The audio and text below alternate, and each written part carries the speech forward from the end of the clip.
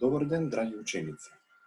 Денеска ќе ви презентирам онлайн лекција по предметот Географија за 6-то одделение. Следна лекција за видео презентација ни е предпоследната лекција од темата воздушна луфта на земјата или атмосфера, тоа е лекцијата за време и клима. За да успееме успешно да ја реализираме оваа лекција, сите вас ќе ви биде потребно пенкало, тетрадка и карта на свет, а може и атлас. Ако ги имате овие потребни работи, може да започнеме со реализација на лекцијата. Значи, ученици, додека ќе ја читате оваа лекција, ви треба да го научите следното.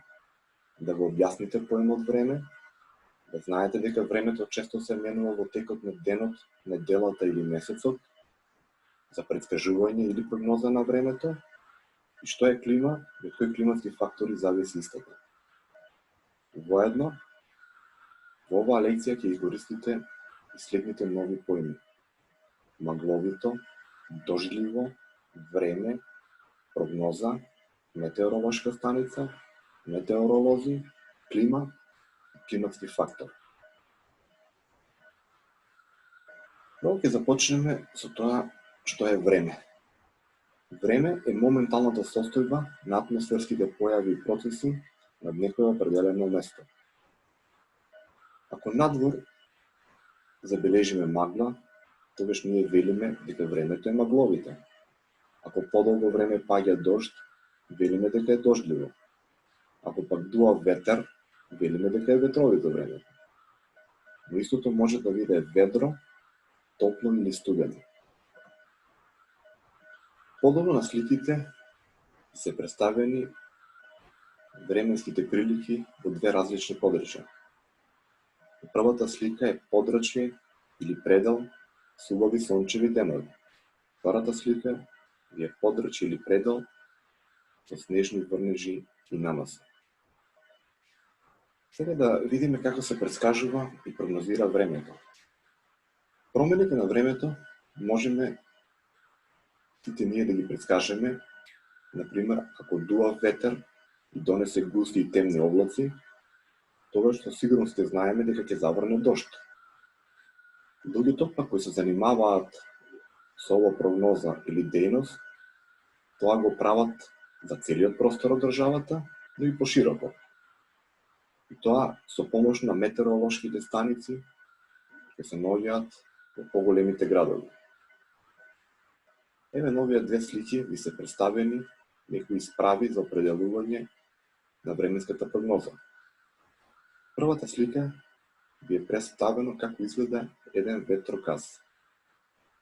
Значи, со овој ветроказ се определува силата и јачината, тоа е правецот на дување на ветерот. Втората слика ви е представен дождомер. Тоа е направа за определување на количеството на завор на дожд на 1 милиметар во текот на денот. Еве тука една занимливост која треба да ја знаете. Често пати, наместо временска прогноза се користи терминот синоптичка прогноза. Истата може да биде краткорочна за 3 дена или долгорочна за 30 дена или 1 месец. Сега да видиме, ученици, што е клима. Клима или поднебје е повеќе годишен режим на времето над некое место или делови на земјината површина. Значи, времето не само што се менува во текот на денот, туку знаете се менува и во текот на годината. Во пролет е потопло отколку во зима, на лето пак е потопло и од пролет, и од десен, и од зима. Тука на овие 4 слики ви е представено поднебјето во текот на 4 годишни времиња. Првата слика, значи, штом забележите расцветени дрвја, знаете дека станува збор за пролет. Водата, плавото небо и топлото време ве асоцира на лето. Зеленилото во природата, ученици, знаете дека асоцира на есен. Снегот, снежните врнежи и наноси асоцираат на зима. Значи, тука се представено сликовито поднебјето во текот на 4 годишни времиња: пролет, лето, есен и зима.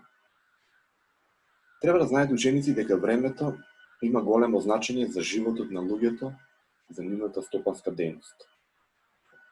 Сега да видиме кои климатски фактори влијаат врз климата или поднебјето.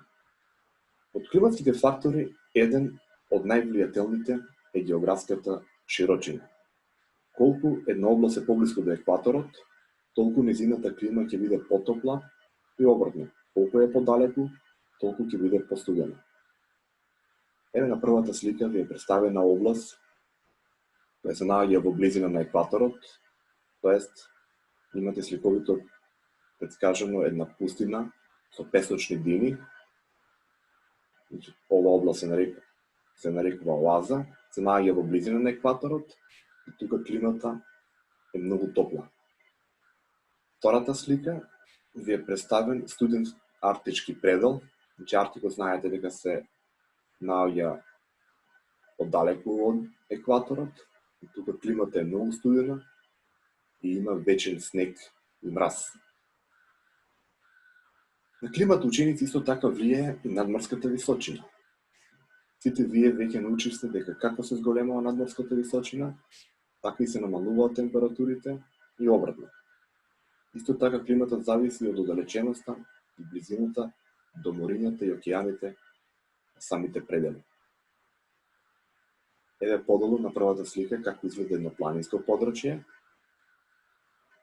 и како изгледа едно рамничарско подрачје. Со зголемување на надморската височина на овие планини, знаете дека температурите опаѓаат. Во рамничарските предели температурите се потопли.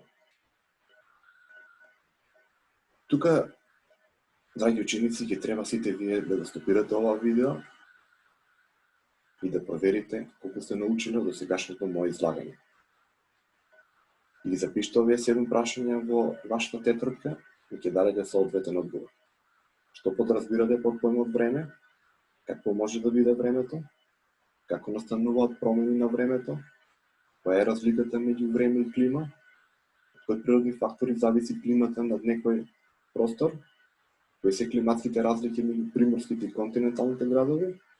И како е најчесто времето во вашето место? Ќе одговорите на овие 7 прашања ученици и ќе ги презентирате пред вашиот соодветен наставник во соодветното училиште. Тоа би било се за денешната лекција време и клима. Се надевам дека успешно ви ја презентирав и дека ќе успеете да дадете точни одговори на овие 7 прашања кои се доволшна задача. Ви благодарам ученици за издвоеното време и ви посакувам убав ден.